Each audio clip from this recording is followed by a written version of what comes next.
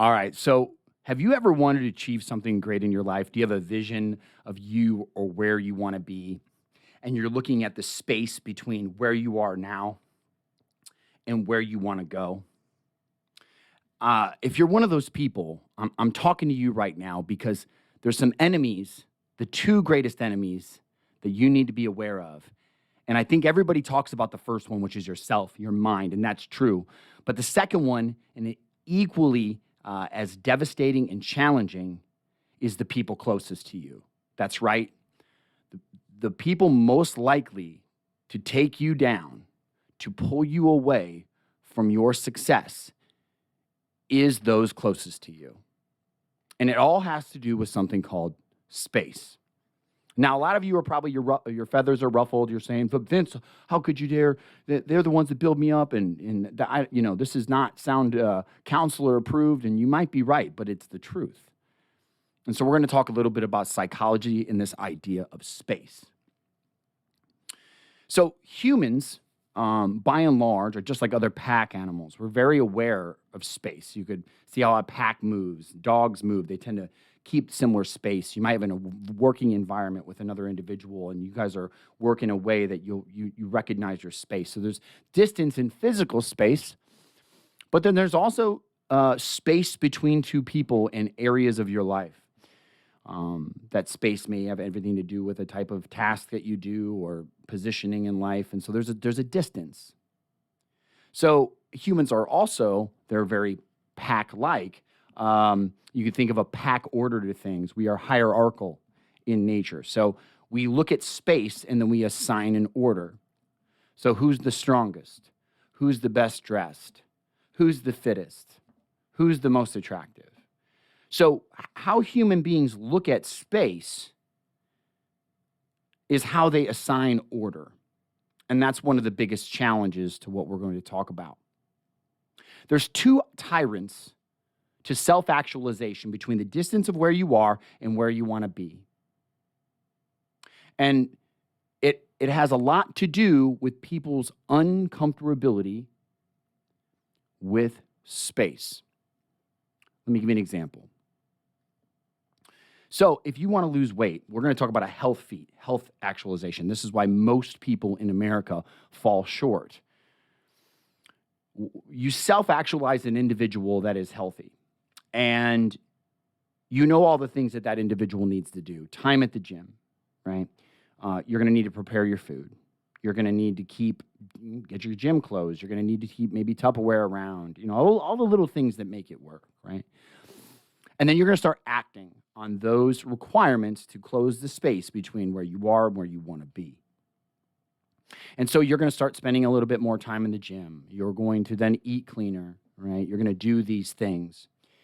And as you begin to make progress, the first tyrant of self-actualization appears. And it's called scrutiny.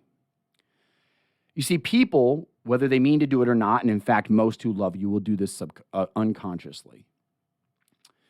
When they begin to notice space, so if you start making improvements with your health, and maybe your wife, friends aren't, they're going to notice the new space.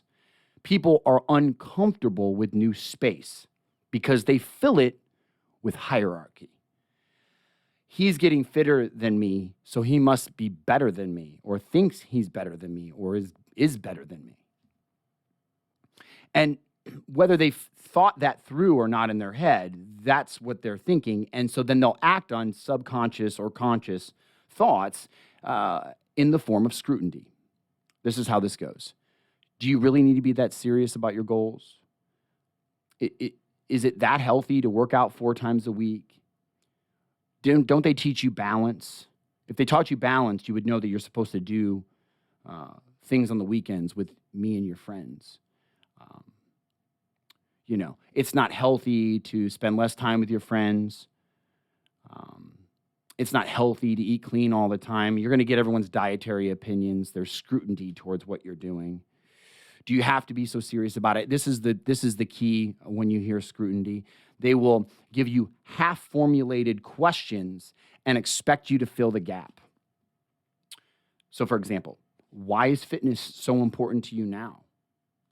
What's the big deal with healthy eating? Do you have to go to the gym? What's so important about the gym? Half formulated questions, right? And so you're going to meet a lot of this scrutiny early on because people don't know what to do with that space.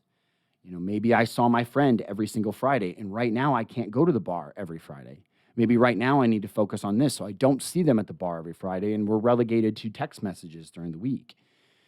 That space is going to make that individual uncomfortable because, in part, we all feel like we don't want to be left behind.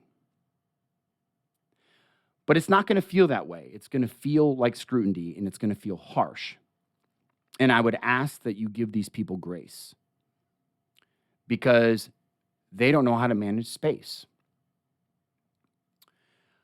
The second enemy that I need you to make aware of is that it turns. It goes from scrutiny to when you actually start making it and you start making real hardcore progress to expectation. So it goes from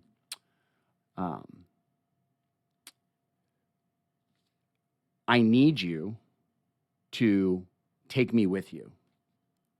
And that's what the scrutiny is I need you, right? Stay here with me. Then it's take me with you. So they'll start getting questions. Can you take me to the gym? Can you solve my weight loss issues? Can you sit and listen to my problems? Can you work out with me? Right? And so oftentimes I see people fall into this trap where at first they're so busy defending scrutiny that they fall short because it sounds logical. Hey, I should go out with my friends the weekend. It's wrong to not see my friends all the time. Or they'll get so busy trying to help other people. I always try to take my friend to work out on Thursdays, and then when he doesn't go, it throws my schedule off, and then I don't go, right? I hear all these things, and what I'm hearing is two things: the challenge of scrutiny and the challenge of expectation. I see this in my own life, now having the largest health coaching company in the United States, because people didn't believe me at first. It was, that's not a real job, what do you don't do medicine, you're not a doctor. You can't blend fitness and functional medicine. It doesn't even make any sense. My parents were like, when are you going to get a real career? And then once I made it, then it was like, hey, can you help me fund this business idea? Hey, can you help me build my business? Hey, can you help me do this? Hey, can you go work out with me for free, right? Can you make my diet plans for free, right? So much scrutiny and expectation. And the problem is between the two options, stay here with me or take me with you. Neither one of those are okay. Let me say that again. Stay here with me or take me with you. Both of those are wrong. Because this journey is yours and yours alone to self-actualization, and their journey is theirs. No matter who it is, it could be your wife. I'm sorry if you're uncomfortable with this. It could be your husband. I'm sorry if you're comfortable with this. The minute you try to drag people with you is when you were guaranteed or assured failure. So if you have your family's unhealthy, you're unhealthy, guess what you got to do? You got to get yourself out healthy, and then you got to provide them the tools to go get healthy themselves or follow suit. That's the hard truth. Any other answer is wrong. And so I encourage all of you listening to this,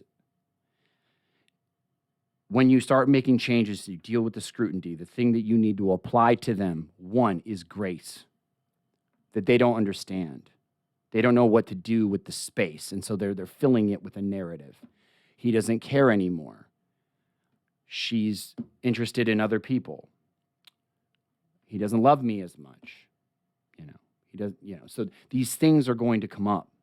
And so to defend that, you need communication. So if you're speaking to your significant other, hun, while I'm doing all these new things, right? I'm challenging myself because I want to be a better person. I desire to be this person, and I'm asking you to be my partner in helping me get there. This isn't because I'm not happy with you or I don't love my life. It just means that I want to be the best person for me, for you, and for our children. And so when you see me working out more, when you see me making progress, right?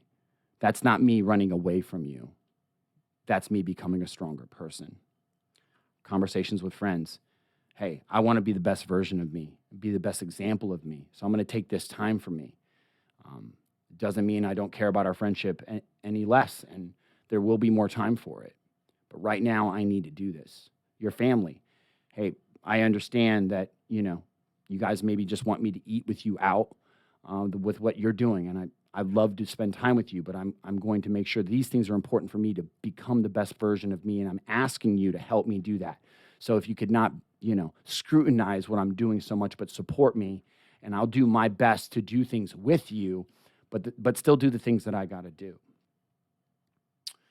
And then if they ask for your help, give them tools and resources that you have learned to help build them up, but in their own journey. And then they have the choice whether they want to execute on those tools or not.